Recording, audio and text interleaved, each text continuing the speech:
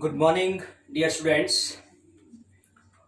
Today's video lecture is about heating effect of electric current. Second unit current electricity का third chapter है. Second C heating effect of electric current. So इसका सबसे पहला topic भी यही है, heating effect of current. एक point यहां पर लाइन लिखी जाएगी दैट फ्लोइंग इलेक्ट्रिक चार्जेस. इस लाइन पे थोड़ा ध्यान देना है. Flowing electric charges are opposed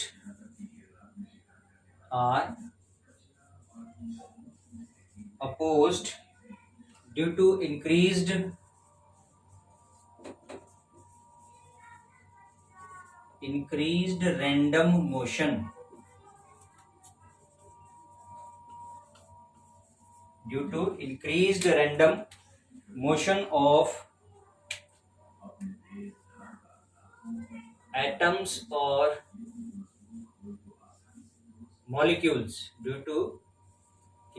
random motion of atoms or molecules of a substance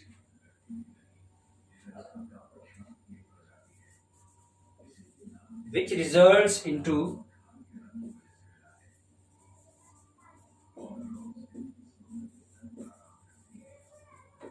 heat energy. ठीक है, ये पॉइंट लाइन थोड़ा ध्यान से स्टडी करनी है. Results into heat energy. Flowing electric charges, you know that the electric charges एक conductor में एक तो उनका थर्मल मोशन होता है. ठीक है, अब हम बात करने जा रहे हैं कॉज ऑफ हीट. कंडक्टर में हीट फ्लो होने का कारण क्या है. ठीक है, तो यहां पर लिखा है उसने फ्लोइंग इलेक्ट्रिक चार्जेस. एक तो इलेक्ट्रिक चार्जेस का अपना थर्मल मोशन होता है. उस समय जब कंडक्टर को एक्सटर्नल किसी ईएमएफ के सोर्स के साथ अटैच नहीं किया गया है, उस समय भी उन इलेक्ट्रॉन्स की कुछ काइनेटिक एनर्जी होती है. और जैसे ही इस कंडक्टर को अटैच किया जाता है with some source of EMF, एक सेल और बैटरी से जैसे ही इसको अटैच किया जाता है, then on pressing the key there is a setup of electric field. Key को प्रेस करने से ये जो सोर्स है ईएमएफ का, ये इलेक्ट्रिक फील्ड सेटअप करता है इस कंडक्टर में, जिसका डायरेक्शन पॉजिटिव से नेगेटिव की तरफ होता है. वी नो दैट, जानते हैं हम ये. और इस इलेक्ट्रिक फील्ड के सेटअप होने से कंडक्टर के जो इलेक्ट्रॉन्स हैं, negatively charge particles, they experience a force and accelerate. पहले से भी मूव कर रहे थे कुछ थर्मल वेलोसिटी से, और अब ये एक स्पेसिफिक डायरेक्शन में फोर्स एक्सपीरियंस करते हैं और एक्सेलरेट होने लगते हैं. But after some time, certain fraction of seconds, time कोई ज्यादा लार्ज वैल्यू नहीं, सर्टेन फ्रैक्शन ऑफ सेकेंड्स, कुछ फ्रैक्शन ऑफ सेकेंड्स के बाद ये इलेक्ट्रॉन्स कंडक्टर के एटम्स और आयंस से टकराते हैं, कोलाइड होते हैं. ठीक है, तो उस कोलिजन के दौरान जो एक्स्ट्रा काइनेटिक एनर्जी इन्होंने गेन की थी इस इलेक्ट्रिक फील्ड की फोर्स की वजह से, F इक्वल्स टू QE, इस फोर्स की वजह से जो एक्स्ट्रा काइनेटिक एनर्जी गेन की थी वो यहां पर लूज होती है. कब? जब इनका कोलिजन होता है इस कंडक्टर के एटम्स और आयंस के साथ. ठीक है, and as we know that energy का लॉस हम यहां पर बता रहे हैं, लेकिन हम जानते हैं कि according to law of conservation of energy, energy can neither be created not be destroyed but can only be converted from one form of energy into another form. तो यानी कि यहां भी जब कोलिजन के दौरान यहां कुछ एक्स्ट्रा जो काइनेटिक एनर्जी थी इलेक्ट्रॉन्स की, वो जैसे ही एक तरह से हम इसको क्या कर रहे हैं कि वो वेस्ट हुई, तो वो वेस्ट नहीं हुई, that gets converted into some other form of energy and that form of energy is the heat energy. In other words, ऐसी सिचुएशन में ये इलेक्ट्रॉन्स का जो कोलिजन है एटम आयंस से, ये इन एटम आयंस में, लैटिस में एक वाइब्रेशन क्रिएट करेगा and that vibrational motion also result the heat energy in that conductor. ठीक है, तो इस तरह से जो वर्क डन किया जाएगा, एक तरह से हम उसको उस फॉर्म में भी देख सकते हैं कि जो इन इलेक्ट्रॉन्स को कंडक्टर के एक एंड से, suppose that from end B to A, and B से ए तक लाने के लिए जो वर्क डन किया गया होगा वो भी एज अ हीट एनर्जी ही अपने आप को रिफ्लेक्ट करेगा। ठीक है, तो ये तो हुआ कारण, हीट एनर्जी का कारण। और ये हीट एनर्जी बहुत सारे इलेक्ट्रिकल डिवाइसेस में प्रैक्टिकली यूज की जा रही है। जैसे घरों में हम बहुत सारे इलेक्ट्रिकल डिवाइसेस, टोस्टर है, गीजर है, हीटर है, इलेक्ट्रिक आयरन, कपड़े प्रेस करने वाली इलेक्ट्रिक आयरन, तो ये वो सब डिवाइस हैं जहां पर इस इलेक्ट्रिक करंट के हीटिंग इफेक्ट का यूज किया जाता है अपने बेनिफिशियल पर्पस के लिए। अब ये हीट का फॉर्मूला क्या है, कितनी हीट प्रोड्यूस होगी, उसको कैसे हम मैथमेटिकली कैलकुलेट कर सकते हैं, उसके लिए Joule's law of heating effect है। The heading is Joule's law of heating effect. ठीक है बच्चे, सो माइकल जूल ने ये सबसे पहले स्टडी किया कि जो हीट प्रोड्यूस होगी इन कंडक्टर्स में, उसको मैथमेटिकली कैसे कैलकुलेट किया जा सकता है। Experimentally it was studied that the heat produced directly proportional to square of the current, heat produced directly proportional to resistance of the conductor, and heat produced directly proportional to time for which the current flows in the conductor। तो इन सभी terms को connect करके जो formula बना H equals to I square RT, this formula is called Joule's law of heating effect। ठीक है, तो ये हमने कैसे कैसे डिराइव करना है, इस फॉर्मूला को डिराइव कैसे कर सकते हैं, उसके लिए हम लेट करते हैं। जैसे ये कंडक्टर है, वी हैव अ कंडक्टर, या इसका दूसरा इलेक्ट्रिक सर्किट हम ड्रॉ करें तो इस तरह से आर रेजिस्टेंस का एक कंडक्टर है और इस कंडक्टर को एक्सटर्नल किसी सोर्स ऑफ ईएमएफ से अटैच किया गया, एक की लगाई गई, तो इस कंडक्टर में करंट फ्लो होगा जिसका डायरेक्शन पॉजिटिव से नेगेटिव की तरफ होगा। करंट का प्रोडक्शन एक्चुअली कैसे होगा कि जो चार्ज टी टाइम में, यहां पर हम लेट करते हैं, late Q is the charge, Q is the charge that flows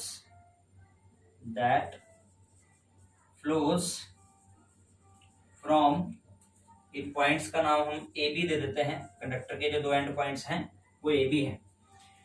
so that flows from B to A,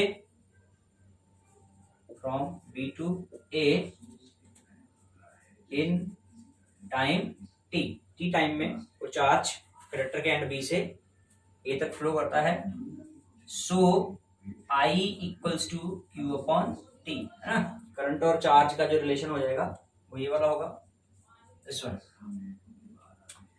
now the relation between work done, potential and charge.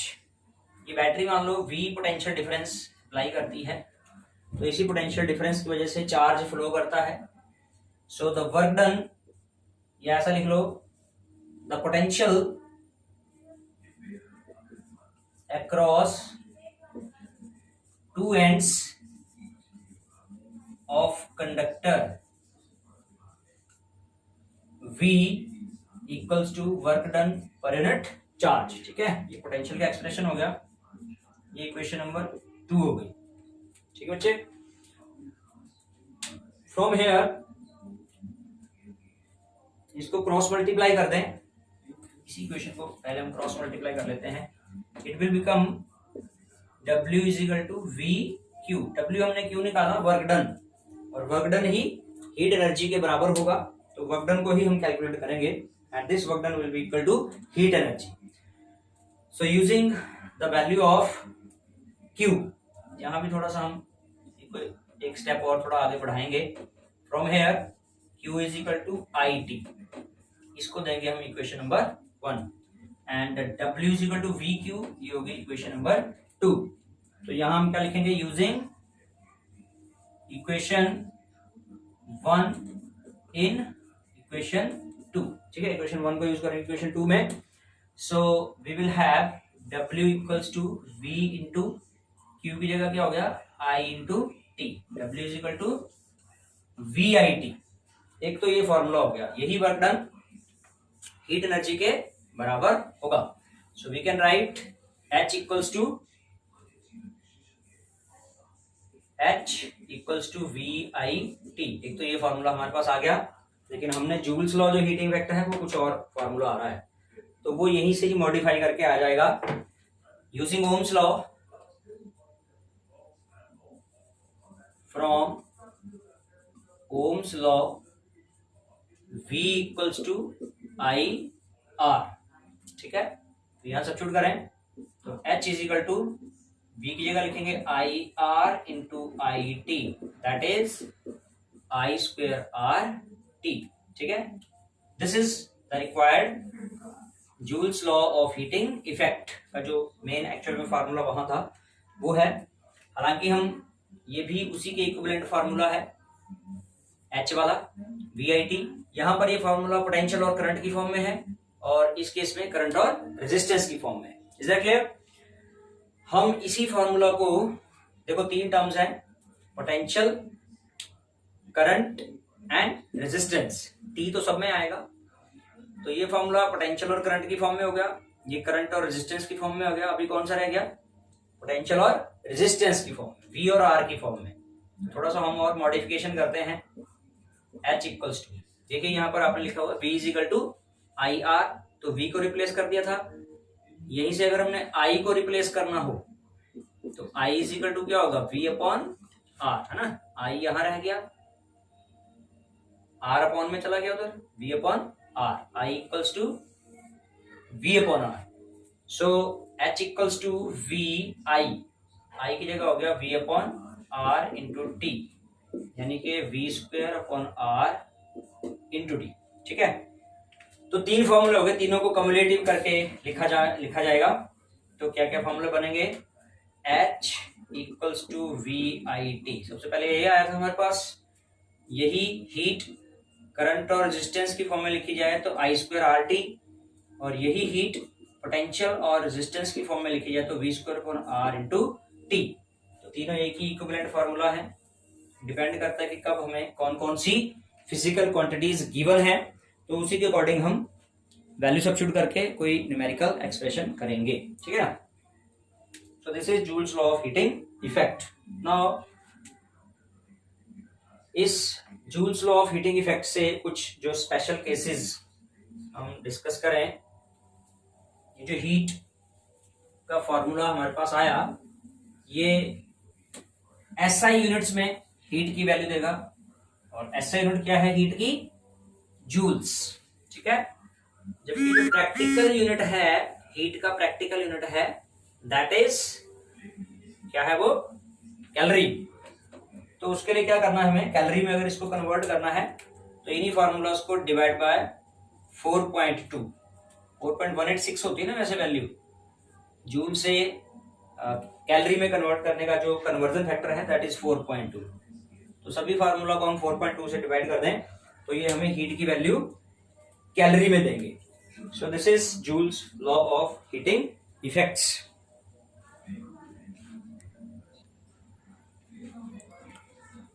Now the next topics which we are going to continue is applications of heating effects of electric current. Heating effect of electric current जो अभी study किया हमने Joule's law of heating effect में, जिसका formula दिया गया H equals to I square R T.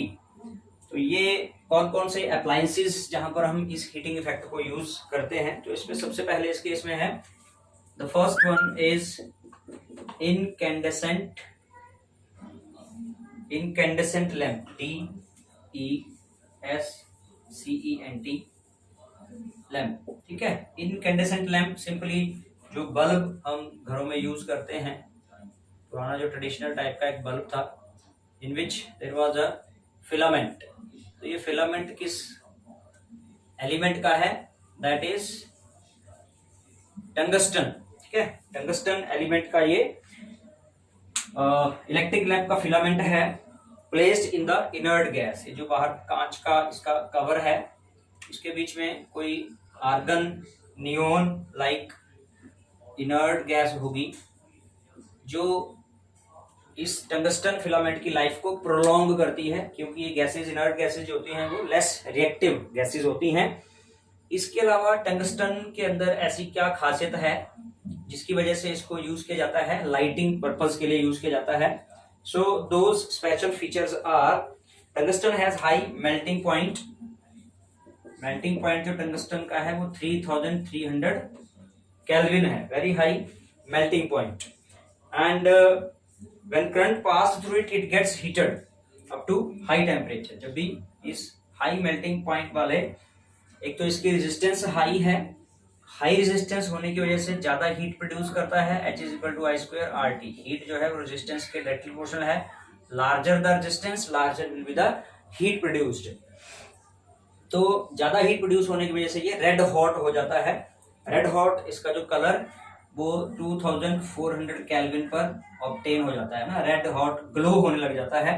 That means heat energy से ही ये लाइट एनर्जी को प्रोड्यूस करता है।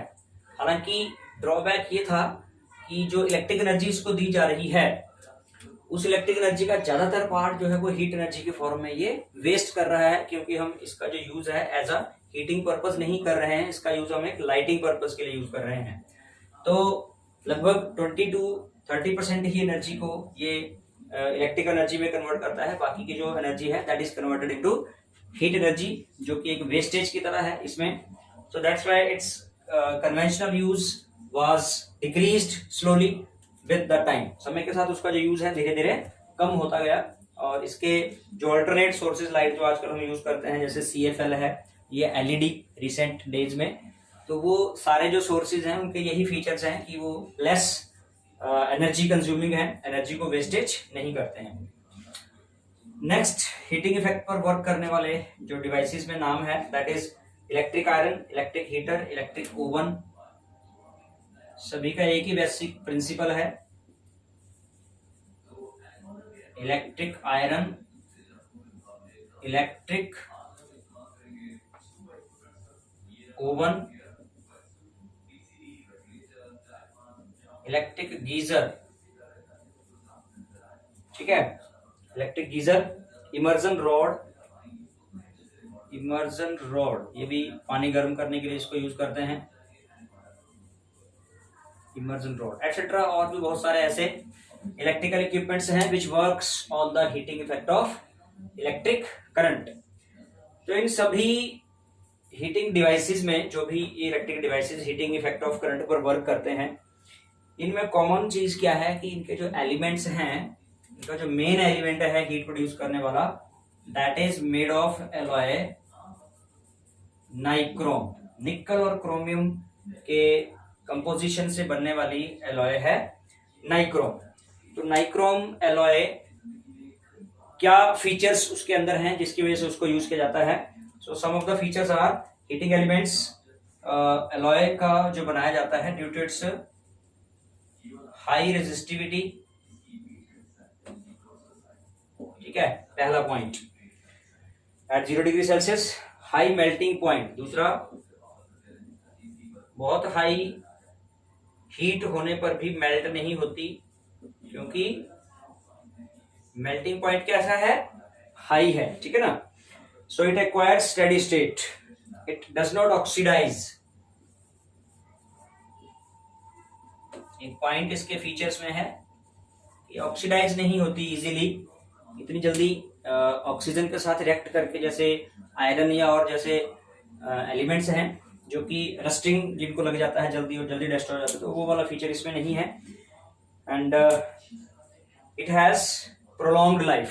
ठीक है, तो यही वो एलिमेंट है जो इन फीचर्स की वजह से इन इलेक्ट्रिकल सर्किट्स में यूज किया जाता है in order to produce the heat. High resistivity, high melting point and does not oxidise, ये उसके कुछ फीचर्स हैं। ठीक है, नेक्स्ट, इसी कॉन्सेप्ट में हम एक इलेक्ट्रिक डिवाइस जिसका नाम है इलेक्ट्रिक फ्यूज, वो भी heating effect of electric current पर बेस्ड डिवाइस है, दैट इज